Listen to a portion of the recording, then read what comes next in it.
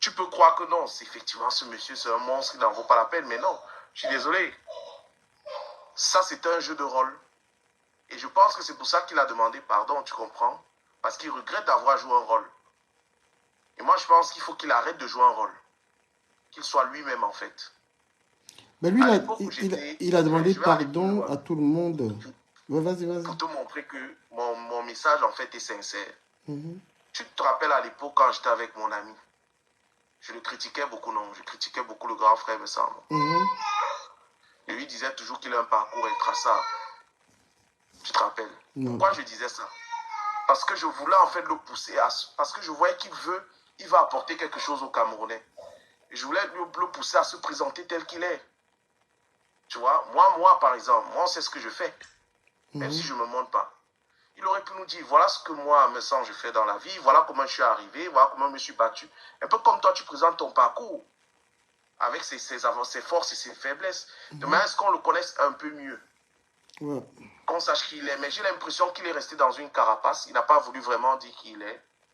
D'accord? Et il a voulu jouer un rôle. Et il s'est laissé embarquer dans ce jeu-là avec des personnes qui ne sont même pas de sa catégorie. Parce que, attention, frère, si tu joues à ce jeu-là, mais avec les gens de la même catégorie que toi, vous n'aurez pas de problème. Hein. Parce que les gens savent faire ce qu'on appelle le discernement. Par exemple, si toi et moi, on se met à dire qu'on veut jouer le game de Facebook, on saura faire le discernement, tu comprends un peu, entre nos causeries sérieuses de la vie privée et puis nos causeries du game. Mais quand tu as affaire à des gens qui n'ont pas fréquenté comme toi, qui ne comprennent pas ce que tu peux dire, les nuances dans ce que tu fais, etc., non seulement ils n'auront pas le discernement quand vous allez faire les choses ensemble, mais en plus, ils vont t'entraîner sur dans des choses dangereuses. Et tu vas te retrouver à faire du sale. Il a simplement fait du sale, comme beaucoup de personnes qui font du sale sur les réseaux sociaux. Et après un jour, se réveillent et se rendent compte, mais attends, c'est moi qui ai vraiment fait ça toutes ces années. Ouais. Et toi, tu es choqué de ce que toi-même tu as fait. Parce que ça ne te ressemble pas dans la vie réelle. Moi, je n'ai pas besoin d'entendre de la bouche de me sang. Je ne sais pas, des propos ou bien des mots attirants, charmants pour savoir qui il peut vraiment être dans la vie. Il suffit que je voie ce qu'il montre tous les jours. Il est avec ses enfants. Les enfants là ont l'air de souffrir. Non. C'est dit que c'est un père attentionné. Il a une femme à la maison. La femme là a l'air de souffrir. Non. Si ce monsieur était comme on dit qu'il tape sa famille, méchant, machin. La femme que je vois là, qui a du caractère, elle a tellement de caractère que même quand on l'insulte, on la vilipende, elle sait garder son calme. Ça dit qu'elle a plus de caractère que beaucoup d'hommes sur les réseaux sociaux. Même toi-même qui es là, tu gardes souvent ton calme avec le stoïcisme. Mais à un moment donné, tu pètes un plomb, tu insultes. Mais est-ce que tu as vu la femme là péter un plomb une seule fois? Non, pas du tout. Tu comprends donc le niveau mental de cette dame. Ouais, Madame Messong, ouais. Cette dame, c'est un baobab, mais tu n'imagines même pas. Elle est une femme exceptionnelle. Et ne me dis pas qu'une femme aussi exceptionnelle, aussi lucide dans la vie, a pu prendre un homme qui n'a pas de qualité, qui a zéro qualité, qui est méchant. Non, il a ses qualités, ce monsieur. Il est simplement venu jouer un rôle. Il s'est laissé embarquer dans un rôle de ce qui n'est pas réellement dans la vie. Et c'est pour ça qu'il a demandé pardon à sa femme, si tu remarques bien, quand elle avait pris la parole. Donc, moi je pense que il doit faire fi de tout ce qu'on va sortir sur lui. C'était pas lui, c'était le personnage qu'il jouait sur les réseaux sociaux. C'était son faux profil. Voilà. On est en train de vilipender son faux profil. Maintenant, il faut qu'il se montre tel qu'il est vraiment, que les gens découvrent vraiment qui est Monsieur Messang.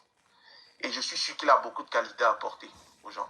Comment a fait-il pour avoir la situation qu'il a? Comment a fait-il pour bâtir son entreprise? Comment a fait-il pour construire sa maison? Il est propriétaire. Comment a fait-il pour avoir une aussi belle femme? Comment a fait-il pour avoir de si beaux enfants? Comment a fait-il pour vaincre la maladie? Il y a beaucoup de belles choses que ce monsieur a fait. Donc il est temps que petit à petit il montre cet autre visage. Il a dit qu'il est la team de la vérité. Maintenant qu'il dise la vérité sur lui, mais au fur et à mesure, les gens vont le découvrir autrement, tel qu'il est réellement. Et les gens vont mieux comprendre pourquoi cette femme aime ce monsieur. Pourquoi cette femme est avec ce monsieur. Moi, je suis persuadé que cette femme n'a pas choisi ce monsieur si il avait tous les défauts que ses adversaires sont en train de lui attribué. Tu comprends? Donc voilà ce que je pense. Moi, lui, je ne dis pas qu'il vienne s'exposer. Tu ne donnes pas toutes les informations de ta vie privée, non. Mais aujourd'hui, c'est une star. Monsieur Messant est une star incontournable. Avant même d'être une star sur les réseaux sociaux, il était une star dans la vie réelle, dans le milieu du showbiz. D'accord, c'est quelqu'un qui est connu dans le milieu du showbiz. Et tu penses quoi de, pour conclure un peu notre échange, Marlène, tu as vu ses derniers directs et tout? Non, j'ai pas vu. Elle a changé de discours. Oui, parce que tu veux que je joue un peu ça? Ouais, si tu veux jouer, vas-y. Si c'est pas long. Si c'est pour toi surtout. Ouais, parce que bientôt je vais arrêter. Tu me connais quand je me Ouais, c'est fatigue. toi qui allais fatiguer là. Moi, je suis tranquille, frère, je suis allongé. Non, moi, je suis Au calme. fatigué. Et surtout que je vais faire ma séance de beatmaking. Parce Mais que sinon, résume. Marlène Eboutou je pense qu'elle voit beaucoup plus une république tribale. Parce qu'elle parle Ouais. trop des Bétis qui ont 3 régions, les Bamileke qui sont minoritaires. Tu vois, c'est comme ça qu'elle elle pense une république tribale et à mon avis, je suis pas très d'accord avec cette démarche. Elle veut un redécoupage des régions, c'est ça? Non, elle me dit que on doit on doit voter pour un président selon la tribu en fait. Donc peut-être comme les boules ont pris, il faut donner maintenant à d'autres personnes. Elle tribalise un tout petit peu la politique. Ah oui, c'est l'équilibre régional appliqué au niveau du poste présidentiel. Ouais, je suis pas très d'accord avec Bon, ça. de toute manière, hein, tu sais ce qu'on pense, le Sénat pense des histoires de tribus. On a été clair ici sur ta plateforme. On pense que si on veut le développement du Cameroun, je n'ai pas dit le développement de chaque Camerounais, je dis bien du Cameroun tel qu'il est aujourd'hui, avec ses 365 km, 365 000 km. Si on veut le développement de ce pays-là, forcément, il va falloir accepter le fait qu'on laisse un peu tomber nos histoires de tribus là. Et que ça relève de la vie privée, un peu comme on a fait en Europe pour la laïcité. On a décidé que la religion, tout ce qui concernait la foi, hein, tout ce qui concernait la religion relevait de la sphère privée. Et que nous étions tous des citoyens d'une république avec des valeurs républicaines qui doivent nous rassembler, nous tous. Ça ne veut pas dire que ces valeurs républicaines ne peuvent pas s'inspirer de valeurs traditionnelles. On peut s'inspirer des valeurs traditionnelles pour fonder nos valeurs républicaines. Mais une fois qu'on a choisi nos valeurs républicaines, elles sont au-dessus de toutes les autres valeurs.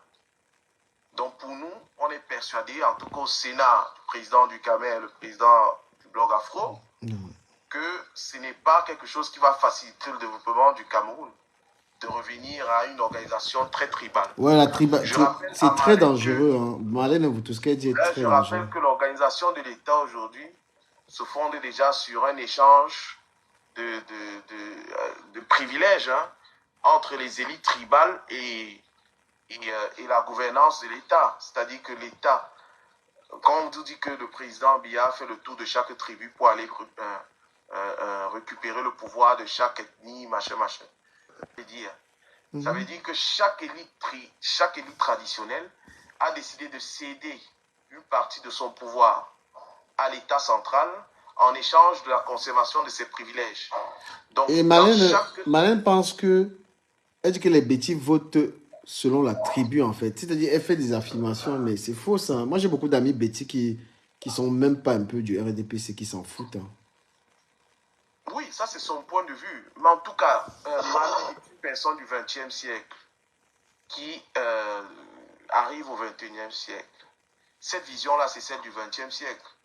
Le Cameroun est un pays qui est né dans le XXe siècle. Si on veut qu'il évolue et qu'il prospère, il faut qu'on ait une vision du XXIe siècle. Il faut qu'on ait une vision de prospective et non de rétrospective.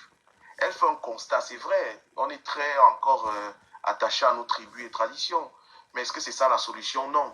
Quand on est un citoyen du monde contemporain dans lequel on vit, on est là pour proposer des solutions, pas pour faire uniquement des constats. Quand tu vois le monde tel qu'il est aujourd'hui, avec des organisations de plus en plus grandes entre les pays, les continents, les machins, tu es d'accord que ce n'est pas en s'organisant en tribu qu'on va réussir à avoir la parole dans ce monde-là.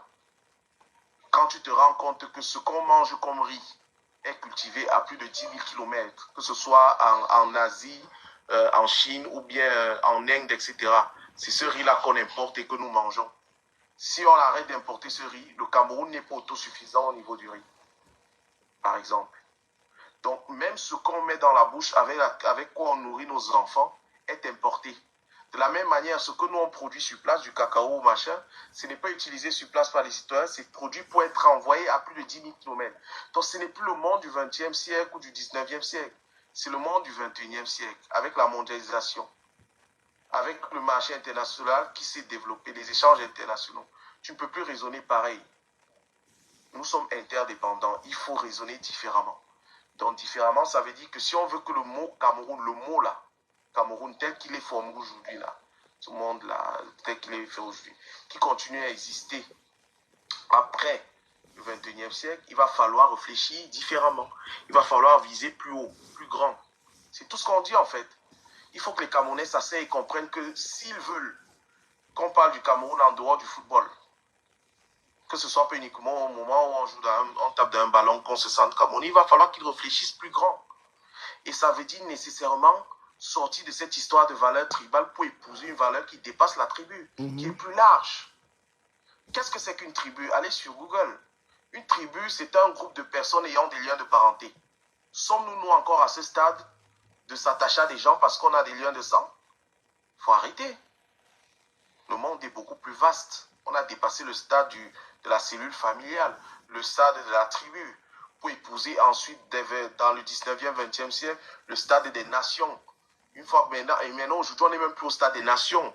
On est quand même au stade des organisations internationales. On dit bien internationales. On te parle de l'Europe, de l'Union européenne, on te parle des BRICS, de tout ça. Donc, être une nation ne suffit même plus. Donc, commençons déjà par le commencement, c'est-à-dire devenons déjà une nation. Est-ce que nous le sommes? Nous ne le sommes pas encore. Il faut donc construire cette nation. Une fois qu'on la construit, ça passe par des valeurs républicaines qui dépassent l'échelle des tribus. Tu ne peux pas avoir plus de 300 ethnies dans un pays et dire qu'on va diviser le pays en 300. Autant mieux ne pas avoir de pays. T'imagines un pays comme le Cameroun en divisant en 300? C'est pas possible. Est-ce que dans chacun de ces 300, de ces 300 régions du pays, il y aura des plombiers, il y aura des chauffagistes, il y aura des électriciens, il y aura un barrage, il y aura... Non! Même entre vous-même, vous ne serez même pas autosuffisant. Il y en aura des régions qui vont crever de faim. Il va falloir avoir des échanges entre les 300 villages ou entre les 300 ethnies, peu importe. Donc c'est complètement bidon. Il faut voir plus large. Il faut qu'on nous arrêtions d'avoir peur de grandir. Les BIA, la génération des années 30, a été cette génération qui était au démarrage du processus d'enfantement du pays qu'on appelle Cameroun. Nous sommes la génération qui devons poursuivre ce processus vers la naissance, la vraie naissance, et non la renaissance. Vous dire renaissance, c'est bidon. On est encore en train de naître. Et qu'une fois qu'on soit né, nos enfants continuent le processus du bébé qui va grandir et qui va devenir un enfant, un adolescent, etc. C'est pour ça que à chaque fois je rappelle ça. Donc, frère, tous ceux qui reviennent à cette histoire, voire même au niveau africain, est-ce que tu penses que le panafricanisme, c'est quelque chose qui est encore d'actualité, frère? Je te réponds. Le panafricanisme est d'actualité au Niger, au Mali, au Burkina Faso, parce qu'ils ont réussi, n'est-ce pas, à se libérer de la France. La France ne dit plus rien du tout au Niger. La France ne dit plus rien du tout au Burkina Faso. Et même la CEDEAO qui a essayé de vouloir leur mettre des sanctions, vient de supprimer les sanctions. Ils ont créé leur... comment on appelle ça? Ils ont créé leur... oh, ça y est, non, j'ai oublié. Leur groupe là, à 3. Voilà. Ah, salut, Samy. Ah, désolé, je ne t'avais pas vu. Papa. Ouais, Samy, on a été bavard, on a même oublié que tu étais là. Donc, ouais, Samy, vas-y, parle, Samy. J'ai déjà trop bavardé. Non, je conclue un peu que ces 3 pays-là sont des pays libres. Parce que moi, je suis l'actualité. C'est des pays qui ne demandent pas l'autorisation à la France. C'est-à-dire qu'ils ont arraché. Aujourd'hui, oui, la CEDEAO veut, n'est-ce pas, rétablir les frontières, tout ça, les gars, parce qu'en gros, ils veulent faire passer les Oué là-bas pour Gaulle et Hambourg. Ces pays décident, ils sont en train de se préparer leur monnaie. Et moi, je discute avec les Maliens tous les jours, les gars avec lesquels je travaille, je suis fier. C'est une fierté, quoi. Voilà. Ouais. Et ils ont Moi, je pense, gagné. Ils ont gagné. moi, je pense que le panafricanisme, par rapport aux enjeux du 21e siècle, n'est même plus assez. Tu comprends? Ça dit, je vais même encore plus loin que toi. Ça dit, de nos jours, le panafricanisme était une solution du 20e siècle. Elle n'est plus d'actualité aujourd'hui. Là, il faut carrément ce qu'on appelle une créolisation de l'Afrique. Mais Il faut que l'Afrique je vais te donner un comprenne. détail. Hein. Prends ça au sérieux ce que je t'ai dit que les trois pays là, c'est des pays qui ne dépendent plus de personne. Hein. Parce que vous semblez Non, négliger cet aspect-là. C'est des pays, eux, ils pensent vraiment à l'Afrique. Ils pensent vraiment tout ce qui était conçu comme non. idée panafricaine. Ce que je te dis, c'est que le panafricanisme, dans le siècle qu'on a entamé et dans les siècles qui nous attendent, ne sera pas assez si l'Afrique veut survivre. Si l'Afrique veut survivre en tant que continent Afrique tel qu'on le conçoit aujourd'hui, il va falloir créoliser l'Afrique. C'est la créolisation dont on a besoin en fait. On a besoin de fonder une culture commune, une nouvelle culture commune qui rassemble tous les Africains. Une langue commune, Non, tu mais ça, vois, c'est un leurre. Est-ce qu'il y aura une langue non, commune c'est en un Afrique? leurre. Pourquoi c'est un leurre? Regarde ce qui s'est passé au niveau des Antilles avec les esclaves. Les esclaves venaient du Bénin, du Cameroun, du Sénégal, du machin. Ils n'étaient pas de la même culture, ils ne parlaient les mêmes langues. Il y Bah, a eu un phénomène de je vais dire que moi, je vois colonisation. plus le monde comme ça parce que quand tu vois même. Il y avait sur une page aujourd'hui, les gens parlaient du métissage et tout. Même déjà avec tes propres enfants, vous n'allez même pas parler la même chose. Tu Je te vois? prends encore l'exemple, les États-Unis. Il y a eu un phénomène de créolisation au niveau des États-Unis. Moi, je me dis, moi, je trouve pas ça nécessaire. Moi, je pense que les gens doivent avancer. C'est-à-dire que il faut faire ce qui est capable de donner à manger aux gens, ce qui est capable, l'essentiel en fait. Quant à la langue, parler la langue, tout ça, pour moi, c'est parce que demain, tu vas te retrouver en train d'épouser une Américaine, tu vas te retrouver avec une Chinoise, dont les langues, même toi, dans ta vraie véritable vie, tu vas forcément te retrouver avec quelqu'un qui parle une autre langue. Ce sera très compliqué. En fait, ce qu'il faut que tu comprennes, la Mhm. créolisation ne veut pas dire la suppression des cultures de chacun. Mhm. Ça veut dire la création d'une culture nouvelle qui est un peu le mélange de toutes les cultures et qui en soi devient. C'est un peu comme quand tu fais le franc-anglais, le franc-camerounais, là, quand tu parles Tu penses que ce gars. sera nécessaire? Je reste juste sur les Attends, langues. je t'explique. Ça dit quand tu dis, par exemple, gars, tout à l'heure on a parlé en codé, non? Mhm. Bon, si on parlait dans nos langues maternelles, on n'allait pas se comprendre. Mais quand on a parlé en codé, avec ce langage-là, urbain, qui rassemble tous les Camerounais, on a pu, toi et moi, se comprendre sans que les autres ne nous Mais parce comprennent. que nous sommes Camerounais, ce langage, on le comprend. Mais maintenant, Très bien. juste, C'est ça que j'appelle donc un tu, processus de créolisation. ça va entre nous les Camerounais, mais si tu vas déjà, tu quittes le Cameroun, tu vas même seulement en RCA. Ça, ce n'est plus d'actualité. Et Mais tu ça peut penses. se mélanger parce que ce que je t'explique, c'est que c'est ce qu'on a vu au Brésil, c'est ce Mhm. qu'on a vu en Amérique avec les esclaves.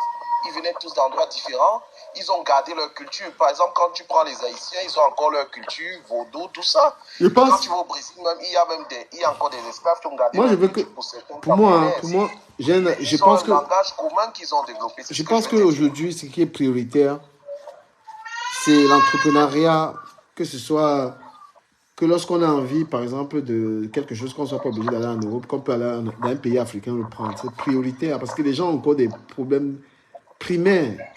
Tu vois, on a encore des petits problèmes. Et je veux que les entreprises africaines soient vraiment d'actualité. Qu'on n'ait plus besoin d'aller en Europe. Ça, c'est vraiment. Je parlerai par exemple du ciment. Au Cameroun, on produit du ciment. Si le Congo a besoin des taux, et ce que nous faisons même hein, au Cameroun, là, c'est nous qui livrons pas mal de choses aux pays voisins. Ça, c'est déjà pas mal. Mais maintenant, les langues, est-ce qu'on parle moi, enfin, moi, je trouve pas ça vraiment. Non, mais c'est un exemple dans le Mhm. processus de créolisation.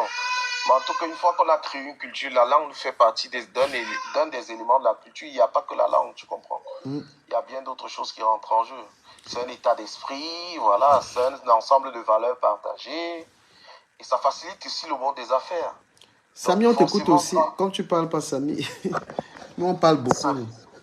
Samy, Samy, je crois qu'il coupe son micro de temps en temps. Non, Oui. Mais il dit, Samy, moi, je suis là, je vous écoute. Oui. Samy, mais Tanga Cheryl, qu'est-ce qui va pas avec Cheryl? Elle m'insulte tous les jours, là. Je ne sais pas, moi, je n'ai même pas vu ça. Je ne suis pas dans son truc, quoi. Oh là là, Cheryl Djoukam. joué dans son truc. C'est avec Samy qu'on a... Là, sur live pour t'insulter, pour me partager ça, elle va voir, elle va monter. Non, honnêtement, je m'en fous. On avait parlé du Nozo, non? Ouais, avec Samy, ouais. Samy, lui, il est aux États-Unis, Samy. Ah ouais, tu me rappelles. Samy, tu as fini ta maison au pays? Ouais, j'ai fini. Mais tu n'es pas allé au pays depuis? Bah, je gars, mon frère, il faut l'argent. Hein. Je n'ai pas utilisé tout l'argent pour construire la maison. Il va arriver aux États-Unis, là. Peut-être tu vas m'envoyer l'invitation. J'ai utilisé l'argent pour construire. Attends, je vais regarder, ça va te montrer. Quand tu as montré ça à mec, il est devenu fou. Tu as dit que montre ce que tu as fait. Tu es patriote, montre ce que tu as fait au pays. Ouais, avec les gens qui sont là pour distraire les Camerounais. C'est Ahmed qui me conseille, même quand j'arrive ici aux États-Unis en 2017. Ouais, tu as dit ça. Ouais, je le suivais beaucoup, il me conseillait, il me donnait les conseils. Lui-même, il a appliqué les conseils. Essaie-toi dans la communauté, fais ceci, fais cela. Et c'était vrai. Mais à la fin de la journée, lui-même, il est quoi alors? Non, est-ce qu'on critique celui qui... Est-ce que tu dois critiquer celui qui t'a conseillé? L'esprit s'est passé par lui pour t'orienter dans le... Oh là là, elle est belle. C'est joli, hein? Ouais. C'est 4 chambres, 4 douches internes. Il y a mis l'eau. Il y a l'eau et la lumière. Voilà la vraie diaspora là. Tu as fait ça où? Tu as fait ça où, à Douala? À Douala, ouais. Ah, c'est joli, hein? La toiture là, t'as pris combien? Presque 40 000 $. Hein. Vous voyez ça. Et moi j'ai en train de les taper où c'est R+2. Putain. Tu sais que si tu partais comme moi, c'est que tu as fini. Ben c'est que j'ai fini. Tu as vu la dalle qui est fait le truc. J'ai un autre truc qui est dans. Attends, je vais te montrer ça. C'est pas encore fini, mais c'est encore ça. Le président, tu vas vraiment porter ton nom de président là, parce que la maison que tu es en train de taper là. Je te jure. Putain. C'est pas n'importe quoi. C'est un salarié, hein. C'est un salarié, c'est même pas un homme d'affaires qu'on voit courir partout là, c'est un salarié. Il a une baraque, mon gars. Putain. C'est les dos, hein. Franchement. Une étape de la maison, c'est 10 000 $. Et sache que les finitions vont te choper les dos. Ouais. Rien que le carrelage, la maison que je vois que tu es en train de faire là, du Camer, le carrelage, ce que ça va te prendre. Que ça va. Et tu vas voir, tu vas être tenté de vouloir économiser et prendre les faux carreaux là.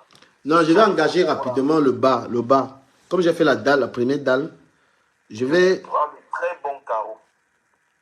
N'hésite pas à aller du côté du nord Cameroun, il y a souvent des bons carreaux par là-bas. Ah bon, au nord, hein? Notamment même le marbre, tout ça là. Et c'est moins cher là-bas. C'est comme on dit, même les chaises, les canapés, j'ai acheté à l'Est. Les canapés comme me vendait à 800 000, 900 000 à Douala là-bas. Je suis allé à l'Est, il y a 250 000.